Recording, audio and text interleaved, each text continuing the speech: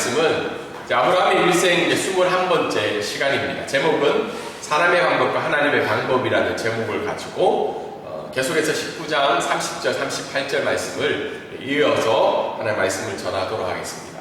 우리가 금요일에 있었던 미얀마와 태국 지진으로 말미암아 많은 사람들이 놀랐고, 사실 저도 이제 태국에 산 지가 13, 14년이 되었는데, 그리고 제 인생에 처음 겪어봤던 지진인 것 같아요. 제가 이제 고향이 이제 대구 출신인데, 대구는 굉장히 안전한 곳이에요. 그래서 눈도 잘 내리지 않고, 비도 잘 오지 않고, 재난이 없는 도시 중에 하나가 이 대구라는 지역입니다. 뭐 별로 그렇게 믿지 않지만, 뭐 지하철 사고 이런 인명 재해는 있는데, 사람으로 인한 재해는 있는데, 자연으로 인한 재해를 겪지 못하고 살다가 이제 금요일날 우리 한상훈 목사님 신방을 하던 중에 지진을 경험한 거죠.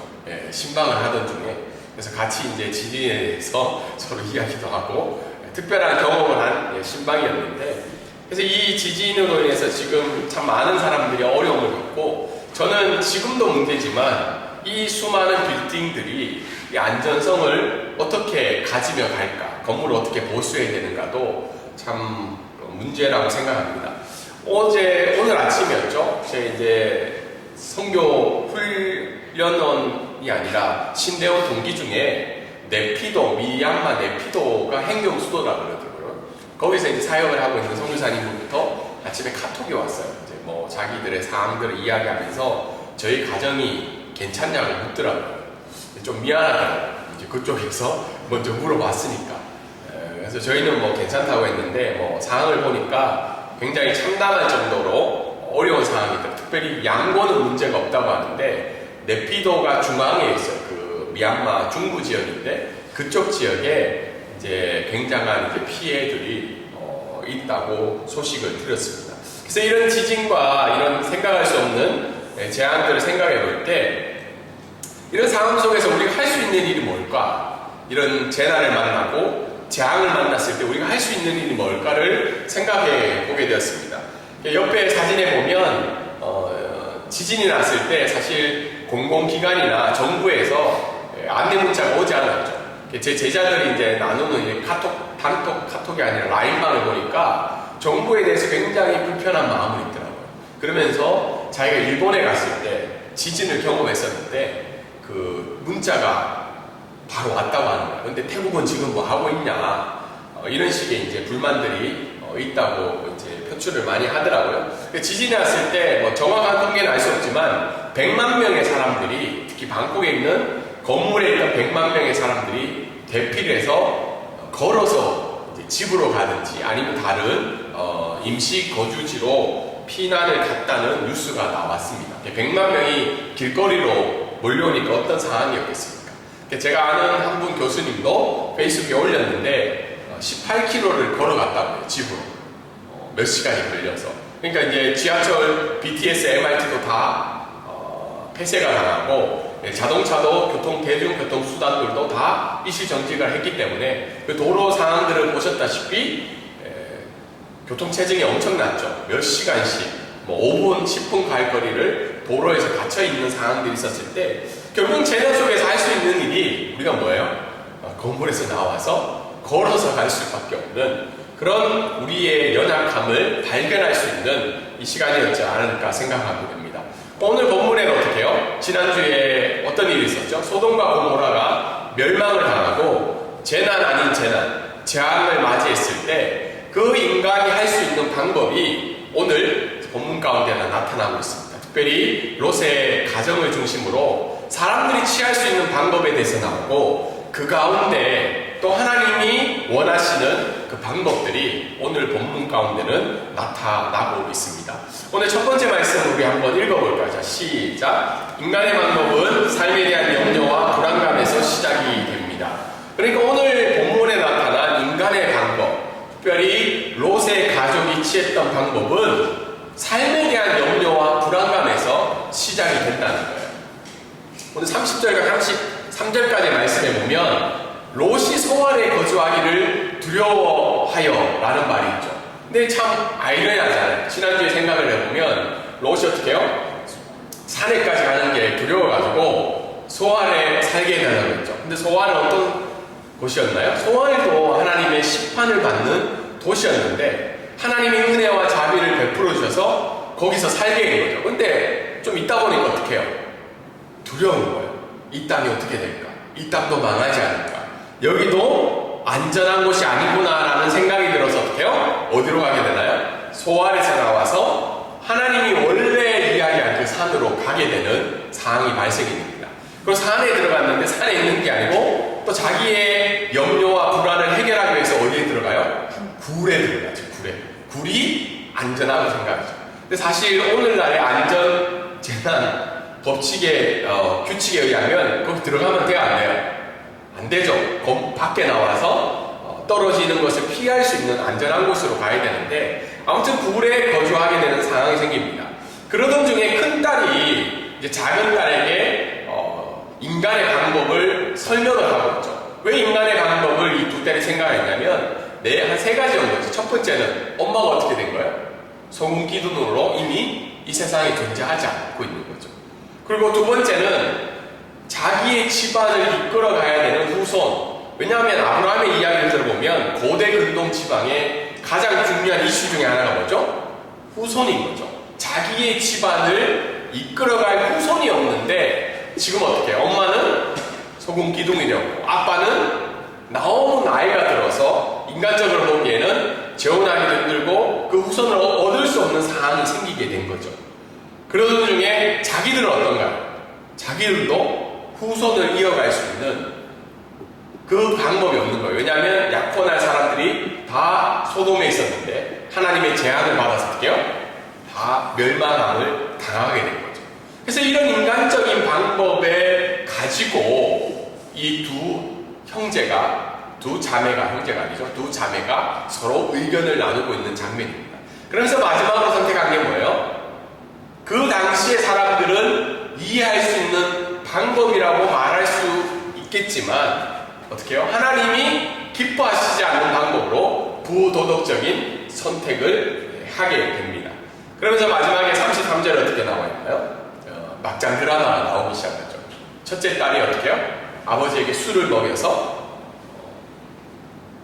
동침하게 되고 그 동침의 결과로 어떻게 해요? 자녀를 가지는 방법을 취하게 되는 거죠. 근데 이와 같은 안타깝고 막장 드라마 같고 인간의 방법이 이루어지는 그 순간 롯은 뭘 하고 있었나요? 술에 취해가지고 깨닫지 못하는 이런 비극적인 상황이 발생을 하고 있습니다. 오늘 말씀을 통해서 우리가 알 수 있는 것은 첫 번째는 인간의 방법은 삶에 대한 염려와 불안감에서 시작이 된다고 했잖아요. 근데 우리가 한번 질문을 던져볼 때 다 지진 겪으셨잖아요.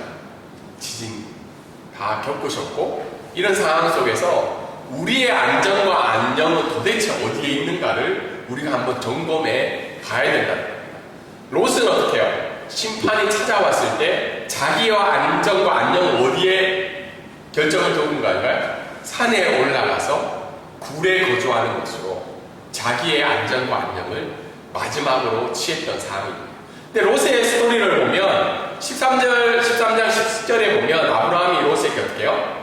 네가 먼저 선택해라. 물론 그 당시에 롯은 여러 가지 불안도 자기가 있었을 거예요. 괜히 얘기했다 싶기도 했을 텐데 롯이 눈을 들어서 자기의 삶의 안전과 안녕이 어디에 있다고 판단한 거예요? 소알까지, 여기에 나온 소알이죠. 그리고 소돔에 가면 어떻게 해요? 여호와의 동산 같고 애굽 땅과 같았다라는 그런 자기의 안전과 안녕을 그 땅에 둔 겁니다. 근데 그 땅에 둔 결과가 어디에 지금 거하고 있다는 거예요? 보잘것없고 하찮게 보이는 그 굴로 거주하게 되는 결론을 맞이하게 되고 있다는 거예요. 그래서 우리가 생각할 때 우리 삶에 대한 안전과 안녕은 도대체 어디에 있는지 이 재난을 맞이했을 때 한번 생각해 봐야 된다는 겁니다. 뭐 뉴스를 보면 알고 있다시피 비트코인이 어떻게 해요? 네, 우리 오바마 트럼프 대통령 전에는 엄청 올라갔죠. 거의 1억 넘게까지. 근데 지금 어때요? 쭉 내려가죠. 감당할 수 없을 정도로 내려가 있는 사람. 많은 사람들이 그런 곳에 부동산이라든지 개인의 연금이라든지 모든 것들이 거기에 안정과 안녕을 두고 있는데, 그렇다면 우리는 과연 오늘 이 시간 우리의 삶의 안정과 안녕을 어디에 두고 있냐는 거예요. 두 번째는 오늘 이 말씀을 통해서 우리가 알 수 있는 것은 인간의 방법은 세상의 도리에 따르는 것이라고 알 수가 있습니다. 오늘 31절에 보면 뭐죠? 우리 삶의 안정과 안녕을 두기 위해서는 인간의 방법을 취해야 되는데, 그 인간의 방법은 뭐예요? 세상의 도리에 합당해야 된다. 그 세상의 도리라는 말이 좀 어려운 말이지만 다른 뜻으로 이야기하면 세상의 방식과 길을 의미하고 있다. 사회의 기준을 따라가야 된다. 사회에서 요청하는 기준을. 근데 우리의 기준과 관점을 생각해 볼 때 여러분은 행복한 참된 행복을 지금 혹시 가지고 계신가요? 뭐 오늘도 행복하다고 생각하시는 분 있으신가요? 뭐 우리 한 목사님은 1시간 반 정도 교회로 오는데 이 교회로 오는 길에 행복하셨어요? 네, 감사합니다. 또 우리 홍 집사님 같은 경우에도 걸어 오시는 기회가 있지만 태국에 오신 걸 아직도 이렇게 지진을 경험한 이후에도 태국을 선택하신 거를 좀 아직 하나님 앞에 만족함과 기쁨이 있으신가요? 잘 모르겠죠. 그리고 뭐 한국에 있는 가족들이 많이 걱정을 하셨을 거라 생각해요. 그리고 이제 뭐 여러 가지 이제 막 이야기가 나올 수 있죠. 그랬을 때 우리가 이런 재앙과 재난이 찾아왔을 때, 어려움이 찾아왔을 때 나는 여전히 하나님 앞에 행복한 사람이고 나는 여전히 하나님 앞에 성공한 사람이라는 믿음의 확신이 있냐는 거예요. 만약에 우리가 이 세상의 방식과 길에 의해서 평가를 받는다면 우리는 인간의 방법을 취할 수밖에 없어요. 왜냐하면 우리는 성공한 사람도 아니고 행복한 사람이 될 수가 없는 거죠. 그런데 오늘 하나님께서 이야기하시는 것이 성경이 이야기하는 참된 행복과 성공이 뭐냐. 너희가 만약에 그것을 가지고 있다면 이 세상이 이야기하는 세상의 도리에 대해서 우리가 거부할 수 있는 용기와 믿음이 있다는 거예요. 그리고 세 번째, 오늘 첫 번째 말씀을 통해서 알 수 있는 것은 우리가 그렇다면 인간의 방법이 시작되는 삶의 불안과 염려가 찾아올 때마다 우리가 주님께 맡기는 훈련을 해야 된다는 거예요. 옆에 보이는 건물 있죠. 이게 태국의 좀 유명한 비싼 콘도입니다. 아마 저 콘도 방 하나에 한 2, 3억을 할 거예요. 뭐 최소한.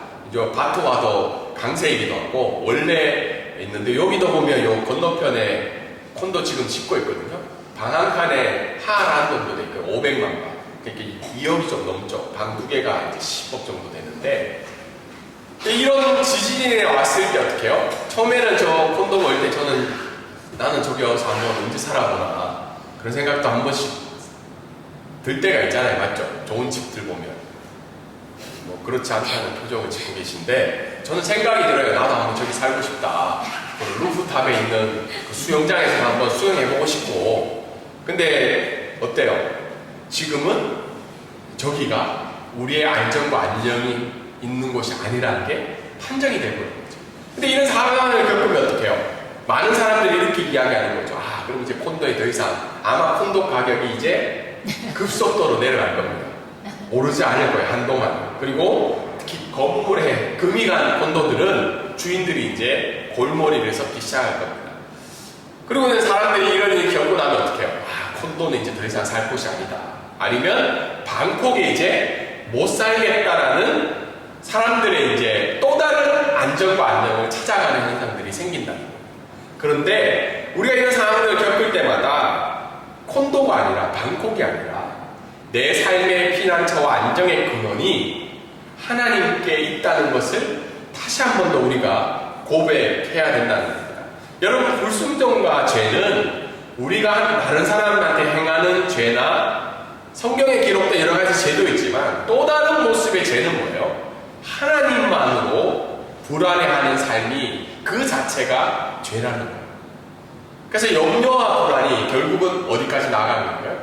죄를 행하는 것까지 나아가게 된다는 거예요. 왜 사람들이 어떻게 해요? 사람들을 강금하고 납치해서 돈을 갈취한다든지, 사람들이 왜 어떻게 해요? 사기를 행하고 부도덕을 행하냐? 결국은 자기 안에 있는 어떻게요? 삶에 대한 염려와 불안을 해결하기 위한 방법으로 범죄들이 나타난다는 겁니다.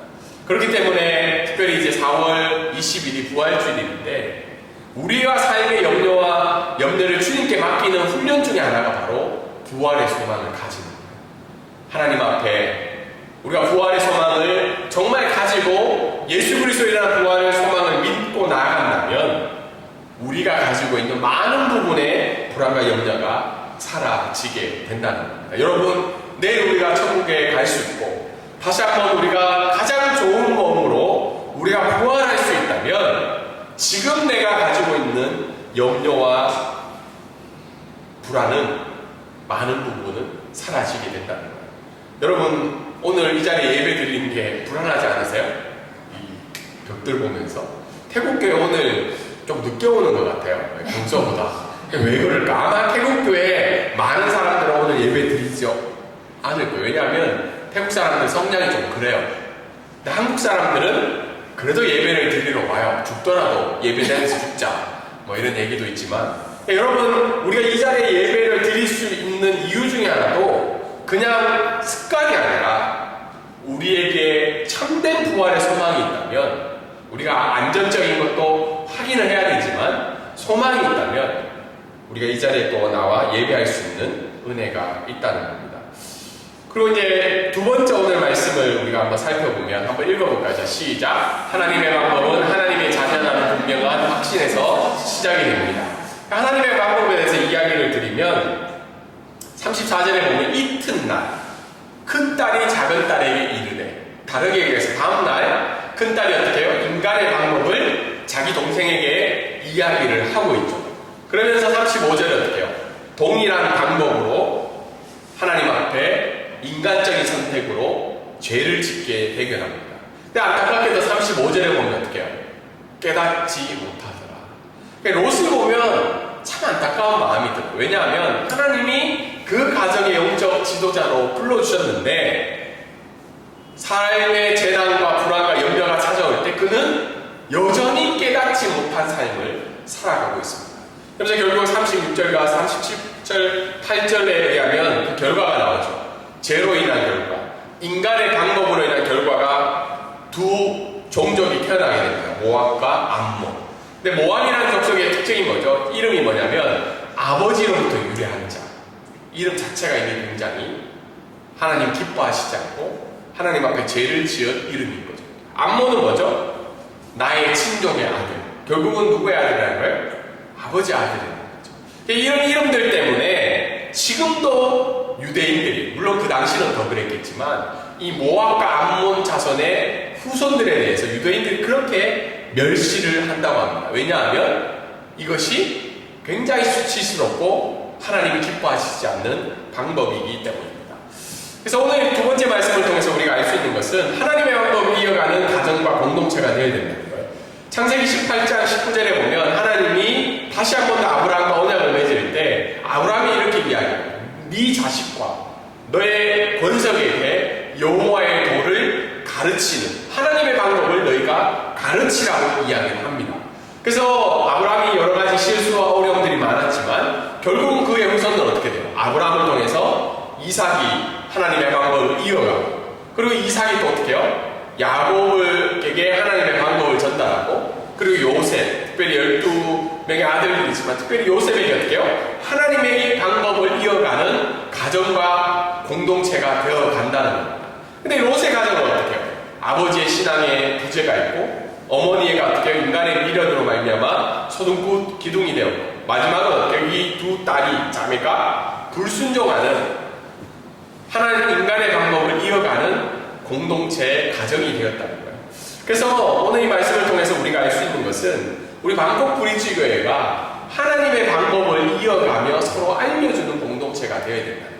뭐 목사라고 해서 목회자라고 해서 아니면 아이들이라고 해서 이렇게 구분이 있는 게 아니라 서로가 서로에게 하나님의 방법을 알려주고 그 방법을 실현할 수 있도록 기도하고 서로 애쓰는 공동체가 되어야 된다는 겁니다.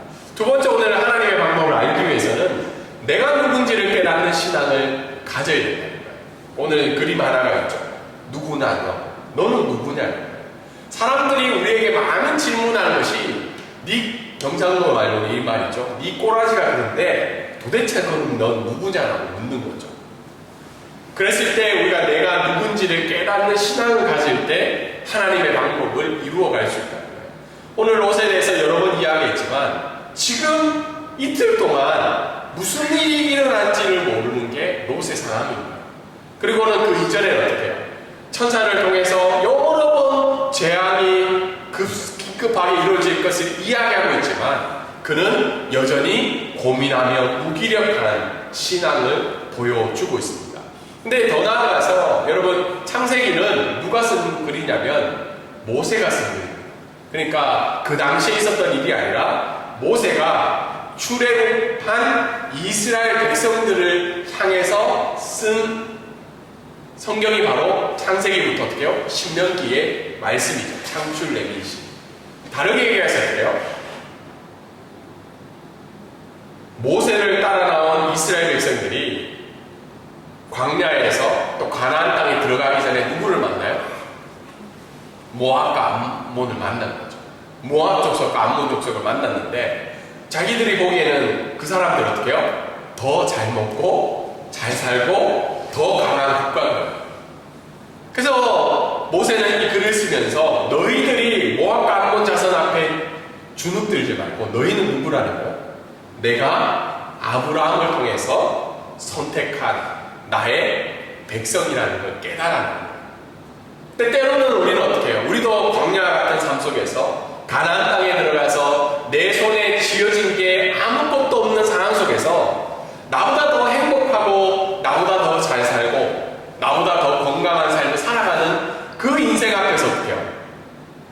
내가 누구인지를 깨달아야 해요. 근데 이 지진이 일어났을 때 많은 사람들이 이런 얘기해요. 우리 한국에서 일어나지 않았어. 좋았어. 아니면 내가 그곳에 있지 않아서 좋았어 라고 생각할 수 있지만 우리가 이 지진 앞에 재앙 앞에서도 내게 주어진 것이 별 볼일 없어 보이는 세상의 관점이라 할지라도 누구냐 너라고 질문했을 때 나는 왕같은 제사장이고 하나님 앞에 선택된 백성이라는 것을 깨닫는 신앙을 가져야 된다. 때로는 어떻게 우리도 롯처럼 뒤돌아보고 주저하고 다른 사람들이 가지고 있는 것들 때문에 내가 초라하게 보이지 않는 그 상황 속에서라도 하나님은 동일하게 이 말씀을 우리에게 주는 것이 모압과 암몬처럼 보이는 많은 사람들의 모습이라 할지라도 너희는 나에게 특별한 하나님의 백성이라고 오늘도 이야기를 해 주신다는 겁니다. 그리고 마지막으로 오늘 말씀을 통해서 알 수 있는 것은 하나님은 그럼에도 은혜를 베풀어 주신다는 거예요. 다르게 이야기해서 두 딸이 인간의 방법으로 전혀 구원을 받을 수 없는 자격 없는 그 방법으로 출생했지만 모압과 암몬 족속을 향한 하나님의 은혜가 있다는 겁니다. 다르게 이야기해서 어때요? 하나님은 암몬과 모압 족속을 누구를 통해서 은혜를 주신다는 거예요? 아브라함을 통해서 여전히 은혜를 주신다는 거예요. 우리가 이 본문을 잘못 이해하면 암몬과 모압 막장 드라마의 주인공이다. 여기에서 그치는 것이 아니라 그것을 보여줄 이유는 그럼에도 불구하고 아브라함과 맺은 언약을 통해서 그 암몬과 모압 족속이라 할지라도 그들에게 뭘 해주신다는 거예요? 은혜를 베풀어 주신다는 거예요.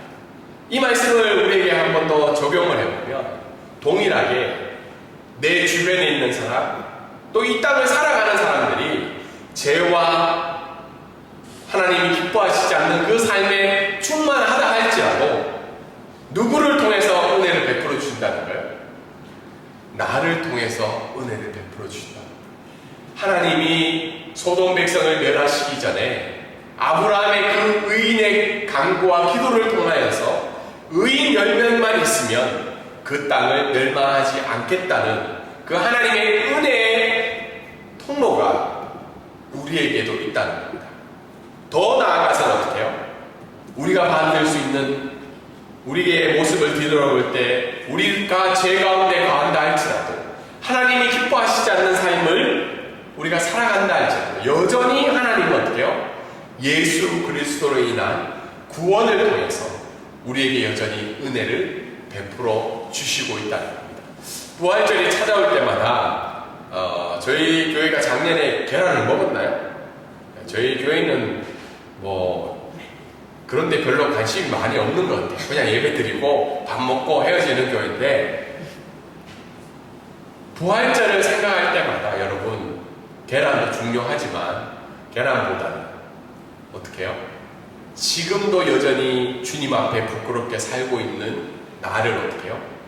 예수 그리스도의 죄사함의 은혜와 부활의 소망으로 말미암아 여전히 나에게 은혜를 베풀어 주시고 있다는 것을 고백하시는 귀한 부활절이 되기를 주님의 이름으로 소망합니다. 마지막으로 적용하면, 여러분, 염려와 불안이 찾아올 때마다 인간적인 방법을 버리는 훈련을 해야 돼요.